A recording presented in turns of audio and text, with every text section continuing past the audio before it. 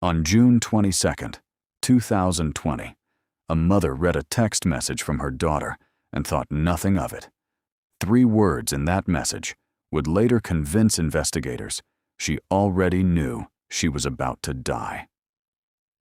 If you want the full story behind cases like this, subscribe now, because what happened over the next 2 years turned this from a missing person case into something no one in Battle Creek saw coming. A phone buzzes just before 10 at night. A mother reads a message from her daughter. "Tell the kids I love them.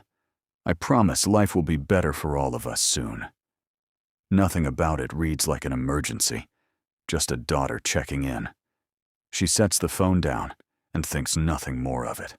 She has no way of knowing those words are the last she'll ever receive.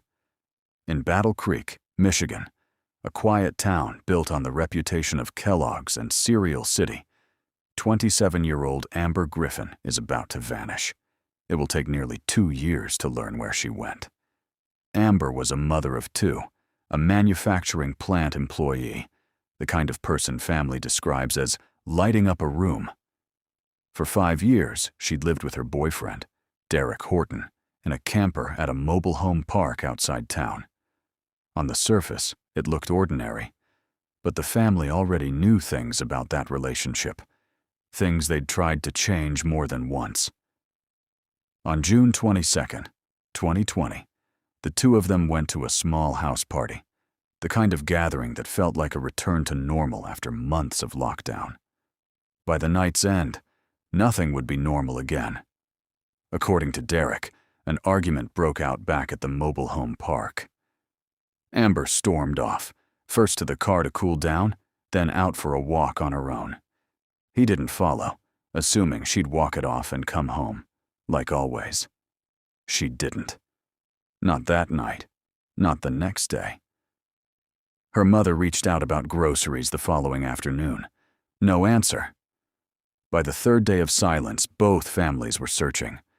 Derek was calling around too. 48 hours after that party, with no sign of Amber anywhere, the family made the call that would start an investigation. When officers arrived, the story lined up with what Derek had said. An argument, a walk, nothing more. But Amber had no history of vanishing after a fight. She hadn't just left her phone behind. She'd left her wallet and her insulin, medication she depended on to survive. Investigators were left with 2 possibilities. She'd gotten lost in a town she knew well, or someone had made sure she never came home. The search that followed would lead detectives somewhere they didn't expect, starting with a stain on the passenger door of her own car. Blood on the car door had an explanation ready, an old injury, nothing more. But investigators had moved on to her phone records, and buried in the data was something no one had mentioned. A 911 call placed at 2 in the morning, hours after the argument was supposed to be over. Amber's mother had to listen to it, just enough to recognize both voices. An argument. The call going distant, as if the phone had been dropped. Then her daughter's cry. Investigators couldn't trace an exact location that night. The call sat unanswered until detectives went looking for it again. Once they did, the case turned. Old police reports revealed years of prior calls to the same address, a pattern investigators hadn't connected until now. Amber's mother described injuries she'd witnessed over the years, including one night Amber climbed out of a 2nd-story hotel window to escape, ending up hospitalized with broken wrists. Charges against Derek had been filed before, every time they were dropped.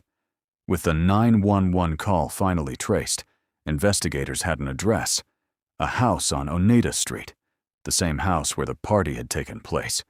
What they found inside stopped the case cold. Evidence tied to Amber turned up on all 3 floors of the house. In the basement, a broken window held strands of her hair. Blood was found throughout, enough that this no longer read as a missing person case. Not long after, the house burned down in an unrelated arson, taking any remaining evidence with it. Detectives searched a second property nearby and, after coming up empty at first, noticed disturbed ground leading into the woods.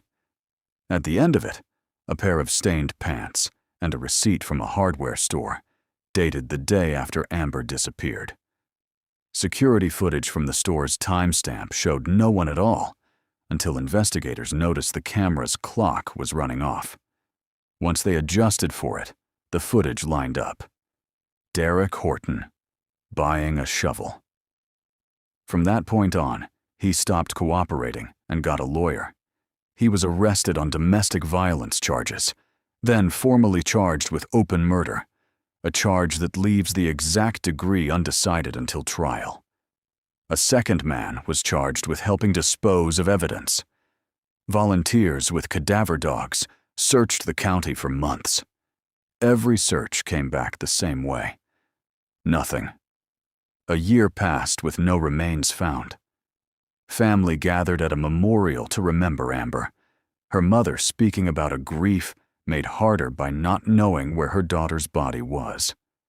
Nearly 2 years after she disappeared, Derek Horton's trial began, his defense arguing that without remains, there was no proof of what actually happened.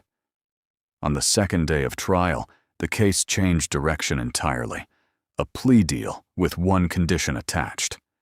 Derek would have to lead investigators to Amber himself, or the agreement was void. Derek led investigators to a rural property already searched once before. 3 feet beneath the surface, they found Amber's remains. In exchange, he pleaded no contest to second-degree murder, avoiding a first-degree charge. It wasn't the answer to every question. Some details of that night belong only to Derek now. But for a mother who had spent 2 years searching, it meant finally bringing her daughter home. The message Amber sent that night now reads differently. Not a simple check-in, but a goodbye she couldn't say outright.